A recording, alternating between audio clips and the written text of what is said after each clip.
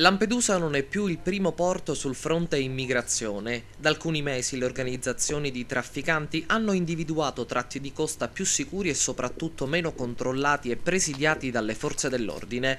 E così dopo Secca Grande, Ribera e Marina di Palma è la volta delle coste nelle vicinanze del fiume Naro in contrada Cannatello ad Agrigento.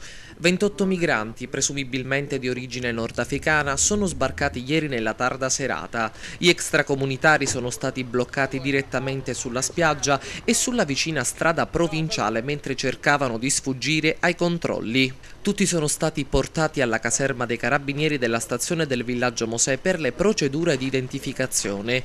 Hanno raccontato che sul natante si erano imbarcati una quarantina di persone e sono perciò in corso le ricerche da parte delle forze dell'ordine per rintracciare gli immigrati che mancano all'appello.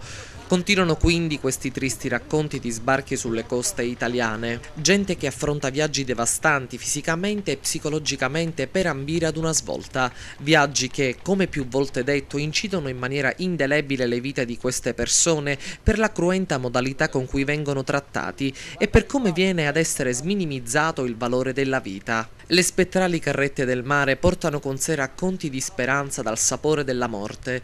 Gente che viene gettata come sacchi di spazzatura lungo il canale di Sicilia, ribattezzato come il cimitero del mare. Bambini che assistono a scene macabre. E tutto questo per un solo motivo: cercare un futuro migliore.